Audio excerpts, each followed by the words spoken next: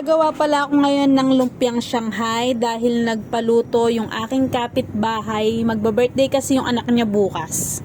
Nakagayak na tong mga rekado, igigisa ko na lang. Pag kasi gumagawa ako ng lumpiang Shanghai, ginigisa ko muna siya bago ko ibalot. Kasi para mas malinamnam at para mas matagal yung buhay niya. Kaya tara, samahan nyo akong maggisa ng lumpiang Shanghai.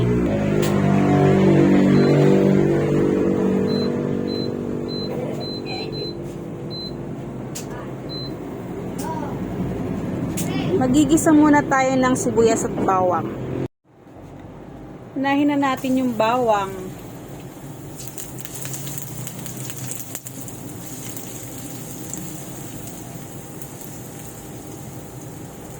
Medyo papupulahin muna natin ng konti yung bawang bago natin isunod yung sibuyas.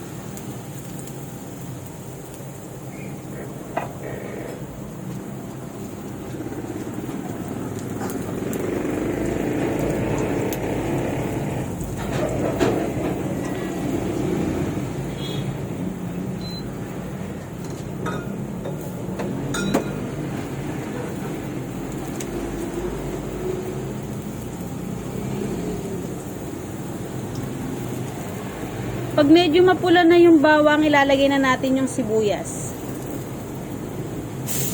Mas maraming sibuyas, mas masarap.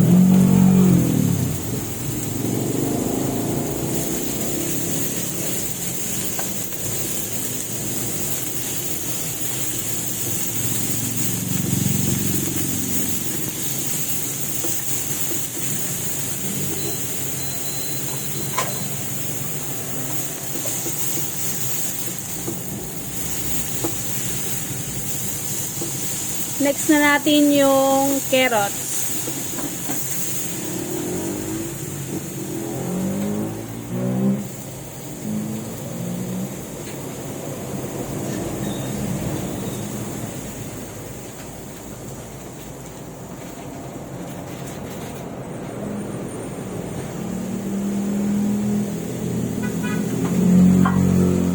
Pagpasensyahan nyo na po kung medyo maingay yung background. Nasa may highway po kasi kung hindi maiiwasan yung mga tunog ng sasakyan. After natin igisa tong carrots, next na natin yung giniling.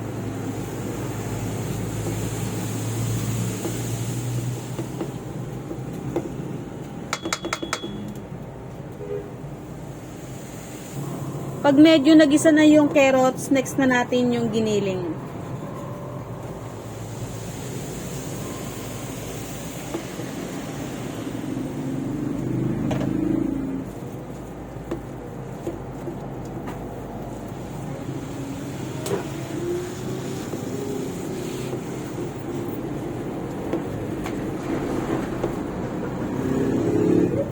Igisa lang natin to ng very light. Magtutubig pa kasi ito eh. Hihintayin nating matuyo yung tubig na lalabas sa kanya.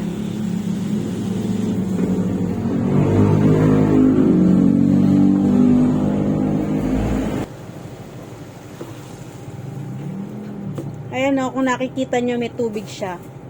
Kailangan mawala yan. Para magtagal siya.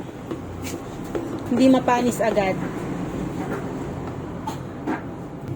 Maglalagay na tayo ng paminta.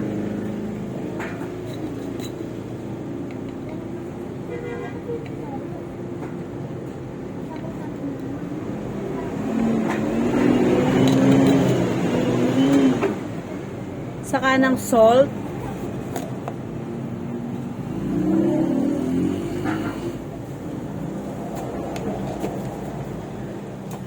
Maglalagay na din tayo ng konting magic sarap. Lagyan ko na din siya ng garlic powder.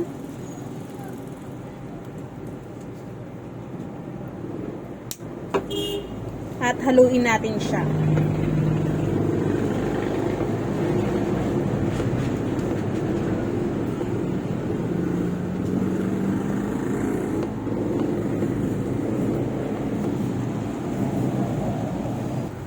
Maglalagay din pala ako ng oyster sauce ng mga sita.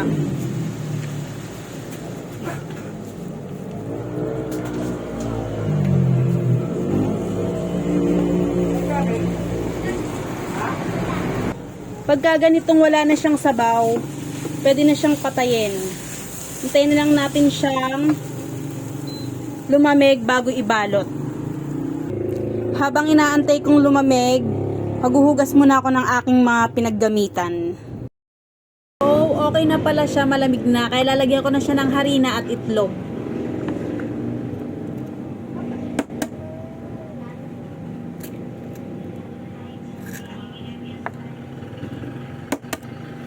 Maglalagay lang pala ako ng puti na itlog dito sa aking gagamiting pamahid.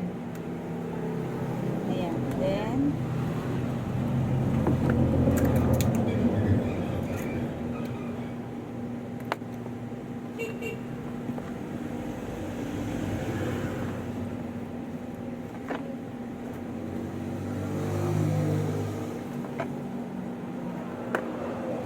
kulang pa itlog kaya maglagay pa tayo.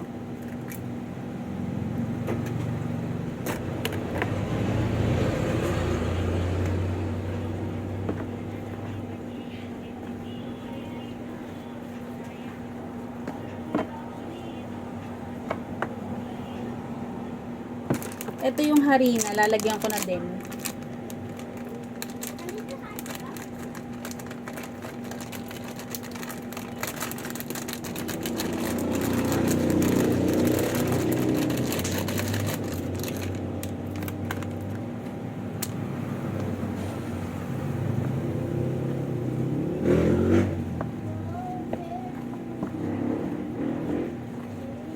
Naglaba pala ako kanina kaya maraming sampay dyan.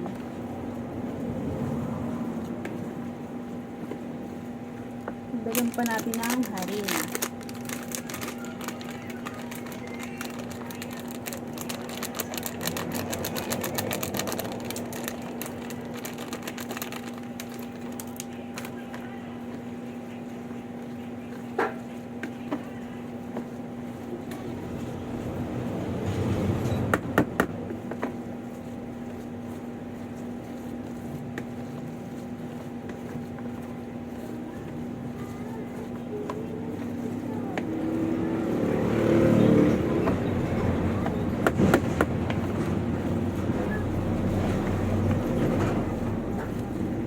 Okay na to, kaya magbabalot na tayo.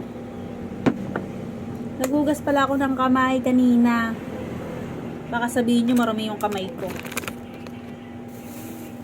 Ito na yung mga pambalot natin na himay-himay na siya.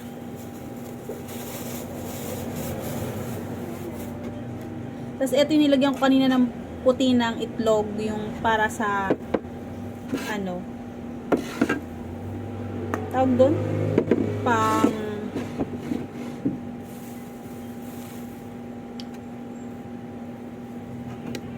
pandikit ganun para hindi bumuka.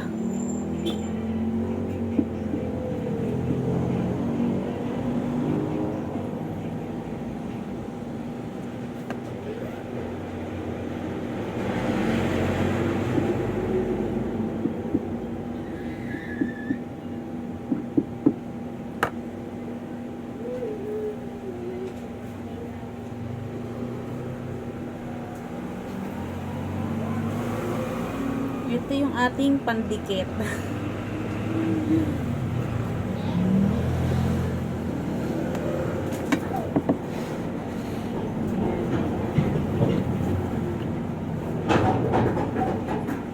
Pasensya na talaga kayo at maingay yung mga sasakyan. Nandito kasi talaga ako sa highway.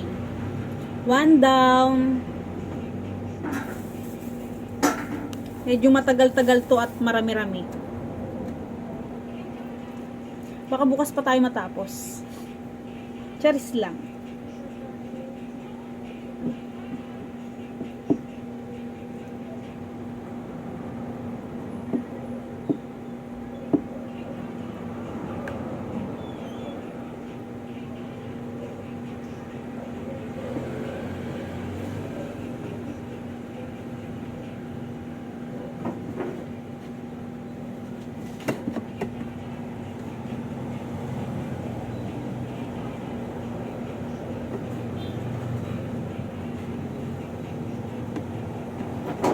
2 down.